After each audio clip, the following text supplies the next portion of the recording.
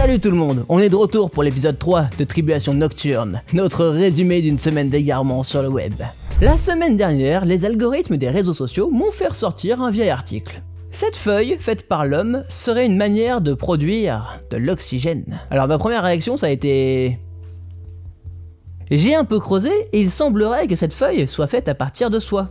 Et ensuite, ils y ajoutent des cellules d'algues capables de faire la fameuse photosynthèse. L'innovation ici est que la structure de la soie permettrait de stabiliser les cellules qui transforment le dioxyde de carbone en dioxygène. Et les sites comme CNET ont tout de suite vu le potentiel de fou pour l'espace. Et ouais, quand on est en apesanteur, il est très difficile de faire pousser des plantes. Donc on aurait là un super filtre pour recycler le dioxyde de carbone. Youpi! Et là, je suis tombé sur cet article de ZME Science qui dit que cette innovation est potentiellement inutile pour l'espace. En gros, ils expliquent que les cellules d'algues à l'intérieur de la feuille n'auront pas une durée de vie infinie, et même plutôt pas très longue. Donc je suis allé voir par moi-même où tout ceci nous avait mené. Parce que ces articles datent quand même de 2017, il a dû s'en passer des choses depuis. Et le projet Sealcliffe de Julian Melchiori date en fait de 2014. Et c'est pas allé beaucoup plus loin que de jolis abat-jours censés produire de l'oxygène. Ça n'a jamais été commercialisé, mais ils en ont fait un chandelier capable de produire de l'oxygène, exposé au Victoria and Albert Museum de Londres. Mais encore une fois, ces infos datent de 2017. J'ai donc continué mes recherches. Je me suis intéressé à l'actualité du créateur, Julian Melchiori, et j'ai vu qu'il avait monté une boîte qui s'appelle Arborea. Je suis tombé sur un super clip rempli d'images libres de droit qui explique qu'ils vont révolutionner le monde avec leur champ d'algues capables de capter le CO2 pour produire de l'oxygène et de la nourriture. Vous avez peut-être déjà entendu parler de la spiruline. C'est un des types d'algues qu'ils veulent cultiver dans leur ferme solaire. Alors, on va pas se mentir, ça paraît un peu trop beau pour être vrai cette histoire. Peut-être pas. L'Imperial College de Londres aurait misé sur eux. Ils prévoient de recouvrir certains des toits de leurs bâtiments avec leur technologie comme projet pilote. L'équipe estime qu'ils pourraient produire en oxygène l'équivalent de 100 arbres, là où on aurait la place d'en mettre qu'un. Et encore, essaie de monter un chêne sur un toit. Cette feuille biotechnologique ne permettra peut-être pas de conquérir l'espace, mais elle aura au moins permis de développer la recherche vers une potentielle solution contre les gaz à effet de serre et pour la création de nourriture. Vous avez peut-être déjà vu une de ces vidéos du jeu Minecraft.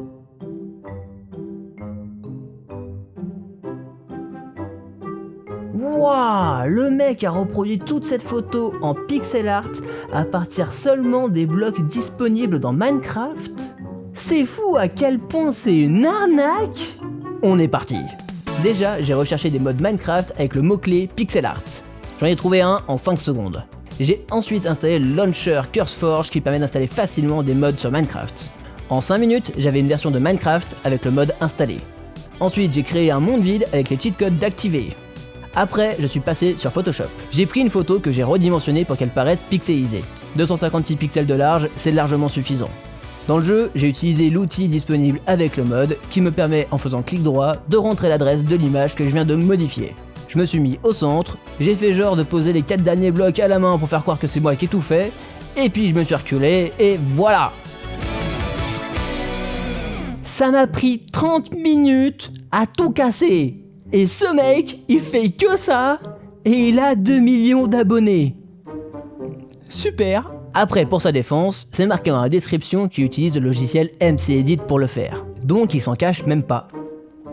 J'arrive pas à savoir si c'est pire ou pas. Alors vous avez peut-être vu ces vidéos qui disent qu'il y a un problème avec les vaccins, car quand on approche un aimant de la zone où on s'est fait vacciner, il est attiré. Alors, j'ai eu mes 2 doses de vaccin Pfizer, et si j'approche cet aimant de mon bras... Oh putain! Désolé, mais c'est complètement faux.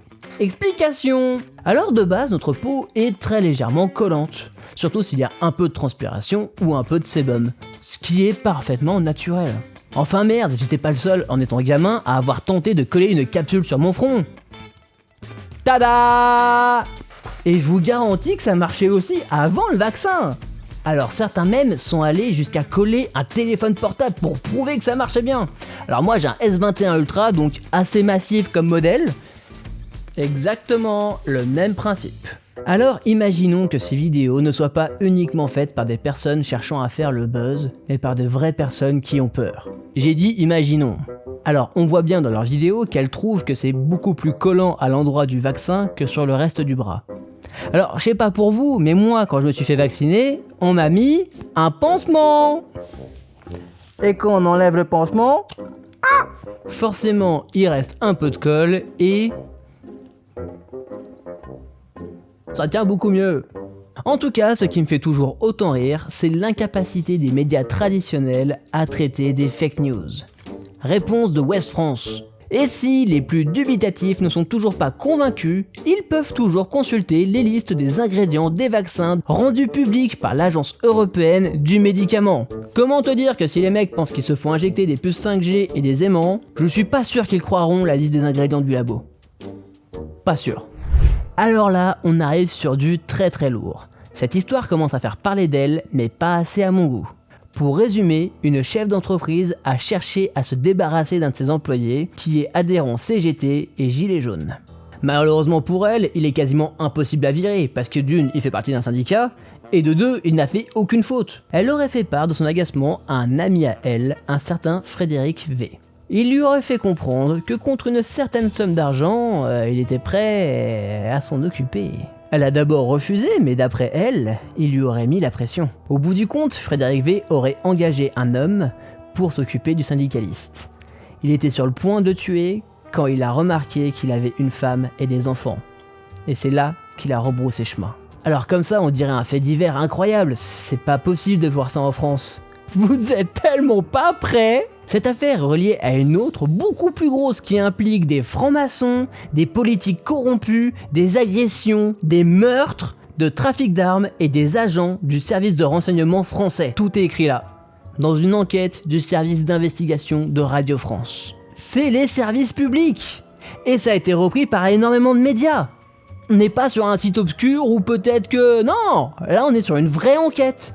Allez la lire, c'est une histoire incroyable. Vous avez sûrement vu sur les réseaux sociaux ces images de l'Australie envahie par les souris. C'est dans une région en particulier, la Nouvelle-Galles du Sud, que des milliers de souris sont en train de dévaster les récoltes. La raison la plus probable, c'est les inondations qui ont frappé le pays en mars dernier. Inondations qui avaient d'ailleurs causé une invasion de mygales extrêmement vénéneuses. Heureusement, elles ne sont pas agressives et en plus, il y a un antivenin de disponible. Je n'ai trouvé aucun article parlant d'incidents liés à cette invasion. Difficile de croire que l'invasion des souris était plus dangereuse que celle des mygales. Et pourtant, c'est le cas. Des demandes pour utiliser des pesticides très puissants sont en cours et pourraient bien être approuvées. La dangerosité du produit ralentit le processus, surtout que c'est dangereux aussi pour les autres animaux, en particulier pour le bétail des fermes. Certaines personnes voient un lien entre l'invasion des souris et la tentative de l'Australie de se débarrasser des chats sauvages qui sont en train d'exterminer toute la biodiversité de l'île. Alors aujourd'hui il n'y a aucun lien avéré entre les deux, mais on va pas se mentir, ça a dû aider. Sinon, petit best-of des problèmes liés à la faune australienne. Ils ont été envahis de lapins, car un colon les avait implantés pour des parties de chasse. Ils ont été obligés de construire une clôture traversant tout le continent pour les arrêter. Ils ont aussi tenté de réduire la population d'émeux qui proliférait dans le pays. Et pour ça, ils leur ont déclaré la guerre. Nous sommes en guerre. Ils sont allés jusqu'à déployer des militaires avec même des mitraillettes. Et bah ça a pas suffi. Ces oiseaux sans ailes étaient si rapides et si résistants qu'ils n'arrivaient tout simplement pas à les tuer assez efficacement. Un major aurait déclaré « Si nous avions une division de l'armée avec une capacité à encaisser les balles comme ces oiseaux, elle pourrait affronter n'importe quelle armée dans le monde. » Ils ont aussi eu des soucis avec les dingos, qui les a conduits à faire une clôture de 4500 km. Et pour finir, ils ont tué plus de 5000 dromadaires en leur tirant dessus à partir d'hélicoptères pour éviter qu'ils ne ravagent des villes à la recherche d'eau et de nourriture. Ça s'est passé pendant la sécheresse de 2020. Vous savez, celle qui a conduit aux énormes incendies, ceux qu'on pensait qui serait l'événement le plus marquant de 2020. Et tout ça, c'est simplement des exemples de à quel point on a fait n'importe quoi avec la faune australienne, et qu'aujourd'hui encore, on est incapable de rattraper nos échecs. Un article de Business Insider nous explique que dans le futur, il pourrait y avoir des médicaments qui nous permettraient de faire croire à notre cerveau que le temps passe ultra lentement. Et certaines personnes pensent que ce serait une super solution pour les prisons du futur. Bienvenue dans Black Mirror. Il y a d'ailleurs un super épisode qui traite du sujet dans la saison 2, il s'appelle Blanc comme neige, c'est un de mes préférés, il est horrible. Alors ça paraît atroce, on va pas se mentir, mais les arguments en faveur sont assez intéressants. Déjà économiquement parlant, bah oui, si en 8 heures tu passes une sentence de centaines d'années, bah t'as plus besoin de prison, ni de gardien, ni de rien. Ensuite, il y a un point de vue moral intéressant. Au final, qu'est-ce qui est le plus humain ? Faire perdre 8 heures de sa vie à quelqu'un ou 30 ans ? Surtout que là, en sortant de prison, bah tu es encore jeune, tu as toute la vie devant toi. T'as vécu l'enfer, mais tu peux repartir. Quand tu sors de 30 ans de prison, bah t'es un peu foutu. Alors ça reste complètement théorique, hein. On n'a pas encore inventé ça, je vous rassure. Mais dans le futur... Alors on s'arrête là avec une petite friandise signée 9gag. Qu'est-ce que quoi ? Non mais là, on est au niveau de tiens-toi au pinceau, j'enlève l'échelle. Puis ils ressemblent à des professionnels, non ? Des mecs qui devaient avoir un peu des bases quand même en mécanique. À quel moment tu fais ça ? Mais évidemment que tu t'es vautré. Mais c'est incroyable de voir ça. Allez, assez d'internet pour aujourd'hui. Avant tout, j'aimerais vous inviter à aller lire les articles dont je vous ai parlé qui peuvent vous intéresser. En particulier l'enquête de Radio France. C'est fou. Le vrai journaliste d'investigation est bien trop rare. Donc ne laissez pas ces histoires dans le silence, allez lire l'article et partagez-le. Sinon, n'hésitez pas à laisser un petit pouce en l'air, un abonnement et n'oubliez pas, le plus important, c'est partager. Merci à tous, je vous fais des bises et je vous dis à la semaine prochaine. Tchuss!